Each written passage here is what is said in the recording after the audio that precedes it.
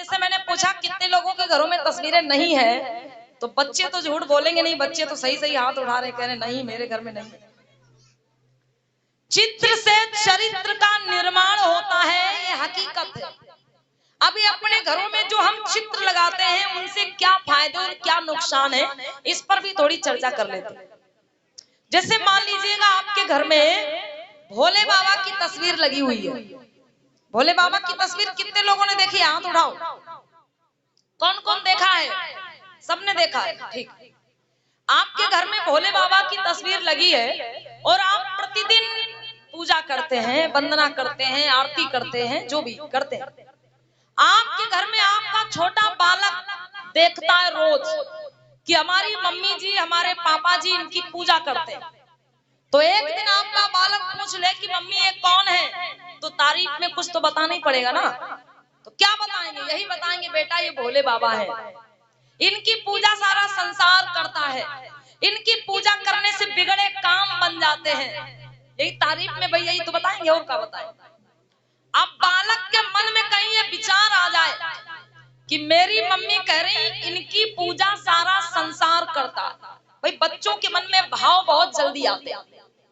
अब बच्चे के दिमाग में ये बात बैठ जाए कि मेरी मम्मी कह रही इनकी पूजा सारा संसार करता है, तो काश मैं भी इनके जैसे बन जाऊं तो मेरी भी पूजा होने लगे। अब आगे चल के आपका बालक कितना पढ़ा लिखा हो, कितना विद्वान हो, कितना ज्ञानवान हो, लेकिन वो क्या करे, वेशभूषा कैसी बना ले भोले बाबा के जैसे। आज के समय की बात कर रहे माताएं बहन, आज के समय में मनुष्य का यदि सम्मान है तो बुद्ध और बाबा साहब के मार्ग पे चलने से। तो ध्यान दें कि आपका बेटा कितना भी पढ़ा लिखा हो, कितनी भी डिग्रियां हो उसके पास, लेकिन वो वेशभूषा कैसी बना ले भोले बाबा के जैसी, बढ़िया वैसे जटा लगा ले, गले में सांप लपेट ले, मृग छाल पहन के, हाथ में डमरू लेके, एक हाथ में त्रिशूल लेके गांव के रास्ता पे निकल पड़े, तो बोलो माताओं बहनों क्या होगा? आज के समय की बात कर रहे हैं। आपका बेटा गले में सांप लपेट के और हाथ में डमरू त्रिशूल लेके निकलेगा तो माताओं बहनों देखने वाले लोग उसको हंसेंगे और यही कहेंगे अरे किसका लड़का है, का ये पागल हो गया क्या, ये तो मदारी बन के घूम रहा है। मदारी मतलब जो खेल तमाशा दिखाने वाले लोग होते हैं। भाई लोग ये बात सोच लेंगे कि भाई ये किसका लड़का है, गले में सांप वाप लपेट के ये तो मदारी बना घूम रहा है। कोई ये नहीं कहेगा कि भगवान जा रहे हैं इनकी आरती उतारो, कोई कहेगा? बताओ बताओ बहन, कोई नहीं कहेगा, बल्कि लोग उसको हंसेंगे, मजाक उड़ा देंगे उसका।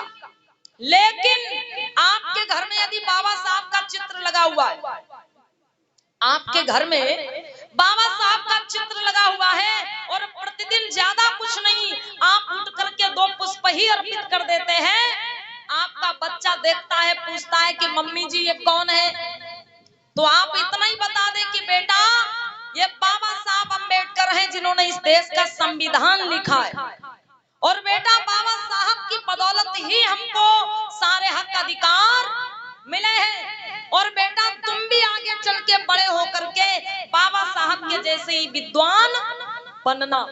कहीं आपके बच्चे के दिमाग में ये बात बैठ गई कि मेरी मम्मी कह रही है कि बेटा तुम भी आगे चल के इन्हीं के जैसे विद्वान बनना। अब आगे चल के आपका बेटा भले ही कम पढ़ा लिखा हो, भले ही वो कम बुद्धिमान हो, लेकिन वो क्या करे, बाबा साहब की जैसी वेशभूषा बना ले, मतलब बाबा साहब के जैसे कोट पैंट पहन के, बाबा साहब के जैसे कोट पैंट पहन के, जूता मोजा पहन के, टाई बेल्ट लगा के, चश्मा लगा के, जेब में एक पेन लगा के और हाथ में एक पुस्तक लेके, किताब लेके।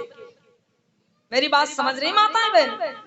आपके बेटे के मन में ये विचार आ जाए कि मेरी मम्मी कह रही कि तुम भी बाबा साहब के जैसे बेटा आगे चल के विद्वान बनना, तो आपका बेटा क्या करे, सिर्फ बाबा साहब की वेशभूषा की ही नकल उतार ले, बढ़िया वैसे कोट पैंट पहन के, जूता मोजा पहन के, टाई बेल्ट पहन के, चश्मा लगा के, जेब में पेन लगा के और हाथ में एक किताब लेके आपका बालक जिस गली से निकलेगा तो माताओं बहनों देखने वाले लोग बड़ी ध्यान से देखेंगे और कहेंगे अरे ये किसका लड़का जा रहा, देखो कैसा बाबूजी बना जा रहा।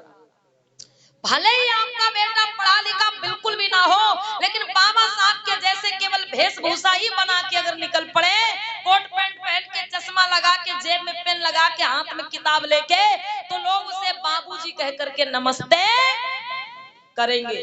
अब बताओ अम्मा बहनों, आपका बेटा कितना भी पढ़ा लिखा हो, अगर भोले बाबा की नकल उतार के घूमने लगे सांप लपेट करके, तो भाई उसको लोग हंसेंगे ना। और अगर बाबा साहब के जैसे, बाबा साहब की वेशभूषा में आपका बेटा निकल पड़े तो बाबूजी कह करके लोग नमस्ते करेंगे।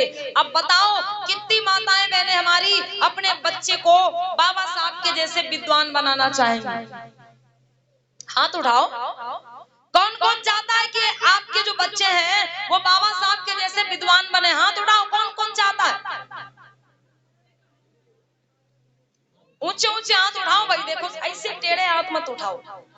हाँ, अगर चाहते हो कि आपकी संतानें बाबा साहब के जैसे विद्वान बने तो ऐसे हाथ उठाओ, सीधे सीधे हाथ। ठीक है, जिन माताओं ने हाथ उठाया इनके लिए जोरदार ताली बजा दीजिएगा। लेकिन कुछ लोगों ने हाथ नहीं उठाया, वो लोग कैसे भोले बाबा के जैसे बनाना चाहते का अपने बच्चों को? अच्छा, इसमें कितने लोग ऐसे हैं जो भोले बाबा के जैसे अपने बच्चे को बनाना चाहते हैं? कोई हाथ उठाएगा? कोई कोई नहीं। माताओं बहनों, एक चीज और बता दे, देखो